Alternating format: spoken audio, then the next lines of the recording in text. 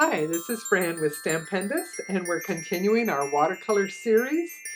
This has been lots of fabulous Friday fun. We've been at it all year and continuing to introduce you to new and different things that you can do with stamping and our fun Daniel Smith watercolors. This is week 128, and this class we're going to feature the window views set, which give you a couple of very sweet little characters here, our little fluffy friends, inside and out, looking out the windows. So I've started by cutting my watercolor paper. This one I've cut to 2 1/4 by 3 1/2, and that's a little bit different than we said on our instruction sheet there, I'll point out.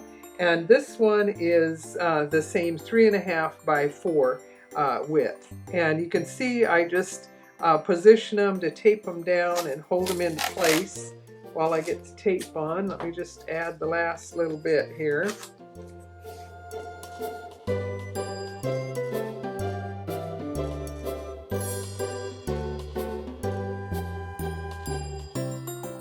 So with a large stamp like this, we'll make sure we get it completely inked. Check it here. Okay. The fact that it's clear allows me to see where I'm going, and in this case you want to look at that windowsill and square it off as best you can.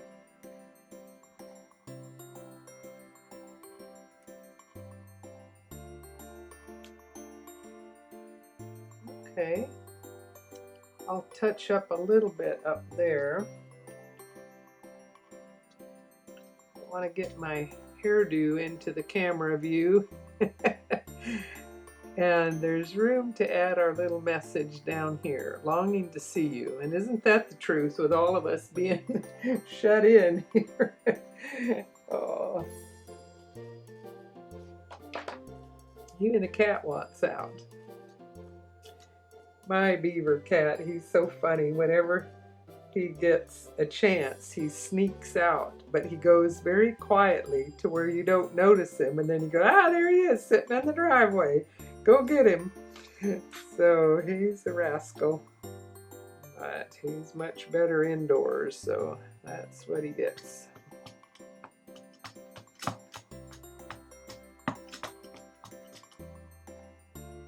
Okay. So on this one, I stamped the full image, but I wanted to show you an interesting way. Maybe you don't have cats and you just want the puppy dog here, I and the birds. So I inked up past the part of it that I'm going to use, make sure this is not in the way. And because I've taped that edge, this is going to allow me to simply stamp it to where we see the dog, but we don't see the kitty cat. Okay, so I'm just eyeing that to the edge of the tape. Okay, that'll work. What we're seeing there is mostly on the tape. I think we'll paint this one in its entirety before I move to the other one. I don't want to spill anything on this one being on this side. Okay, so we're making sure this has had time to dry. And up here, if you miss those lines up at that top edge, then you can take your pen, your marker, and just extend those lines. We're going to paint color over them to where the lines aren't going to be that visible. And I might have just painted in, but well, we'll just do some other little curved lines here. And okay, so I'm going to start with the sky, whether it's sunrise or what here. We want just a little bit of color in the sky. So I'm going to start by, with a clean brush, just getting the sky area wet. And we're going to start with a little bit of yellow. We don't want a whole lot of color, and that looks like too much, but we'll get it in place. So next I'm going to get a little bit of the scarlet and a little bit of the rose and overlap it a little bit with yellow that's there. And it is going to dry lighter. Actually going to move into this little bit more magenta color so that that in turn will mix in with my more purpley color. So let's do some of this purple and get some blue in here with it. Okay, and I know it's going to dry a little bit lighter.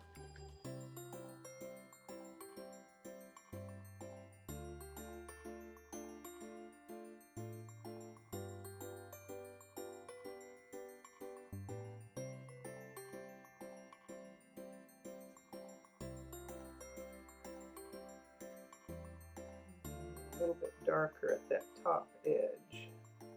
And we're going to do the little bit of light in the windows here. I wouldn't have the door open. Okay, next I'm going to do these blue grays, and I just want them very muted. So having some of the black from the upper part of my palette will let me mix that in with the blue. So I'm going to follow along the little pathway here. Okay, and then I thought I would continue the grays into the interior here, and that way the focus is on the other colors. We'll shadow even the white of the window frame. And we'll do some more shadowing here to the outer edges of things. So next let's do a plaid here on the curtain. And I thought that might be an interesting motif to do as another little strip, and it'll give us a good chance to kind of practice our color combination here. So I'm going to start out with a soft green here. Okay, so since we've committed to that shade of green, while we still have that same green, we're going to do that across the entire curtain here to start with. This is the easy way to do a plaid, to get your light color filling in everywhere already. Okay, might as well do some deeper greens here on the poinsettia leaves, and these could be more red petals, or if you want a bit of green, then you can select a couple of them. The leaves and the petals often aren't that different in shape, but the colors can define it. Okay, and then we'll do some blues. And again, you can try all different color schemes, but this just gave us a variety of colors here to have a blue pot for the poinsettia. And then I did a little bit more of these gray-blue shadows on the house. If the sun is coming up, let's say, behind, then this side would be shadowed. So even the roof, snow on the roof would also be in shadow there. Okay, so now I'm going to mix up some darker greens. Just go heavy on the blue here. This is the marine blue with the yellow in this pocket. I'm going to add a bit more water here with my needle tip. I think that green is too light, so I'm going to clean my brush and get a little bit deeper shade of, still want a light green, but I'm going to add another wash to my plaid over here. By doing it at the same time, at least you'll know that the colors are matching. And then the damp brush I'm going to lift just a little bit, so that's kind of giving highlight and shadow even to the light green. So while that's drying, let's work on our little tabby kitty here. And again, you could do them whatever different colors, like your kitty. Let's do some of the kind of yellow tone here. It gives a nice contrast. Okay, so my browns I get by mixing these three together, and we just mix up some more. The blue is needed to get the darker shades. I've got the more scarlet over in this corner, and then if I want more of the yellow browns, then just get heavier on the gamboge color here. a little bit of this so that we have some of the darker in reach.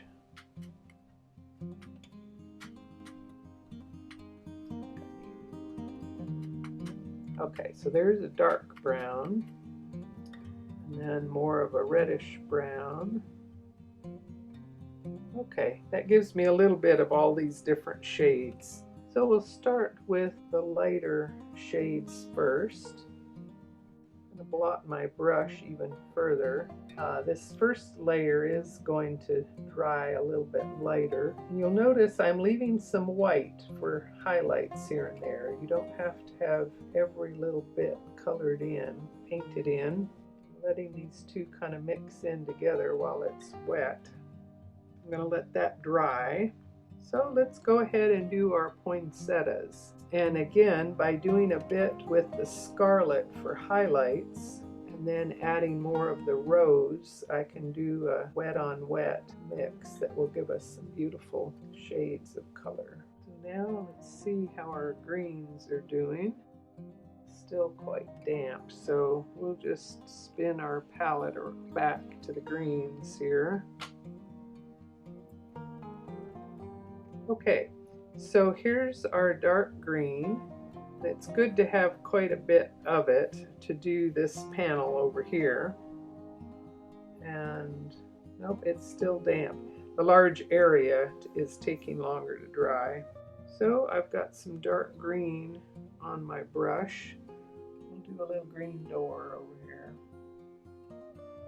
I'm going to heat set this with my heat tool real quick.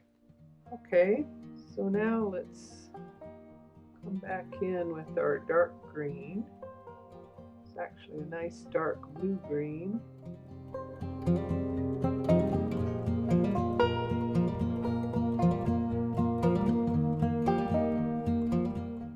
Let's make this panel wider. And in the same way, let's do our little dotted patterning as well. And let's do this one wider in the middle.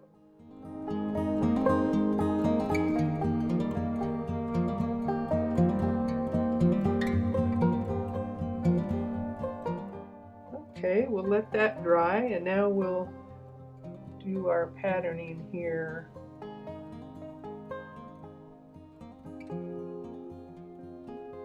Shadow it a little bit more just by going over it, and we'll let that dry.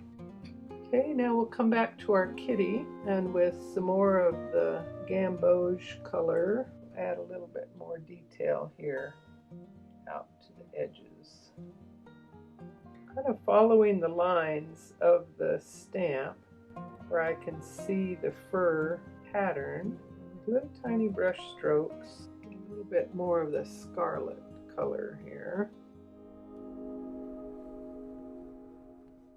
If you wanted to do a gray tabby, again, you do a wash of the light gray first, let that dry, and then come back with a medium gray and a darker gray. And I'm doing darker in the core of the body as though there's some light coming in from outside that would create a little bit of a highlight around the edge of the fur there. I'm going to do a little bit more shadowing here to the interior. This just adds some interest that once this dried, it kind of flattened out. So we'll get some more of the phthalo blue mixed with some of the black. Let's see what we've got on our brush. We'll do like some cast shadows here. Yeah, that's just the line there of the windowsill. Yeah, I like that more pronounced shadowing there. When I go walking early in the morning, I'm seeing the moon still and the planets, a few of the stars if the air is clear. And it's amazing the shadows even from moonlight sometimes to the house. Okay, we're pretty much done. Let's just add a little bit of color here. Okay. Okay, so we'll move this out of the way, and I won't try to take the tape away just yet. Okay, so next we'll paint the little doggy in the window. And as you can see here, when you see the entire stamp, you can see that there's the Christmas tree inside and there's the tree outside. So it has a fun in and out kind of perspective here. And so you could just do any color back in behind the little terrier here, it looks like. But I'm going to add some vivid colors that look like the warm fireplace inside in contrast to the snow out here on the branches. So let's start with that, and we'll get our yellows to gamboge going in behind.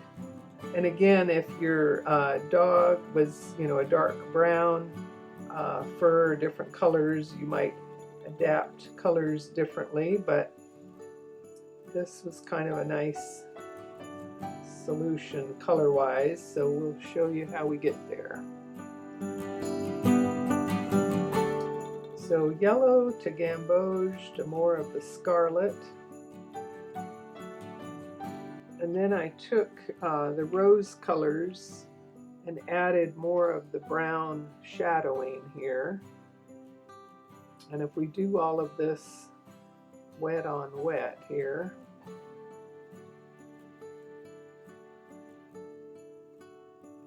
it's a very tiny area really, but just getting some darker color, and then this is still the recess area of the fireplace. Okay, maybe we'll just blend those together a little bit. Lift some color away where I went into the windowsill. Okay, and then we'll do a little bit of a lighter brown for the mantle. And then the colors here and here behind the tree are the exterior stucco. So I just did those in a more neutral, kind of a gray color, maybe with a tinge of green to it. So let's see, I think you can see more from this side of my palette. I'll bring some more of my black mix down here. And we'll gather a bit of the green from over here and kind of mix that in. It's nice to be able to create a very neutral color. We don't want it to stand out, but we need a shadowed color, so let's go with that. And again, it looks like my stamp did not come up to the edge of the tape, so I'm just going to draw in a little bit more of that frame there of the windowsill. Okay, so now we're doing the exterior stucco color here. I need more of the shadow color of it down here. So I'm going to lighten it just a little bit through here. Then I want to darken it with shadows down below in this corner. I'll let that dry. Okay, so next let's do some of our greens. Mix a little bit more for some of this greenery that's inside is above the mantle. Get a couple different shades of green going here.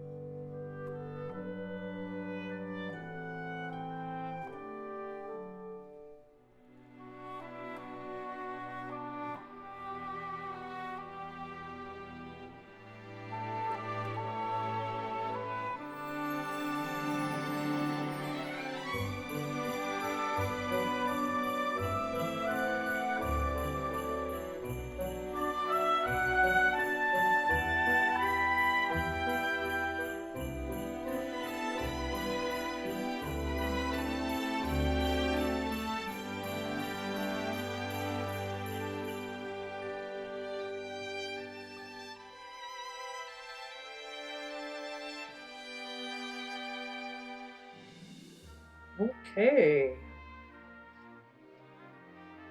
now we're ready for the reveal.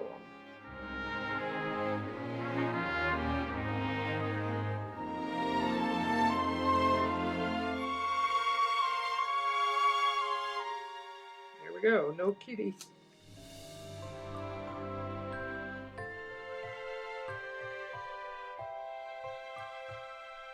So I hope that shows you how taking it step by step makes a complicated little miniature painting come together quite easily.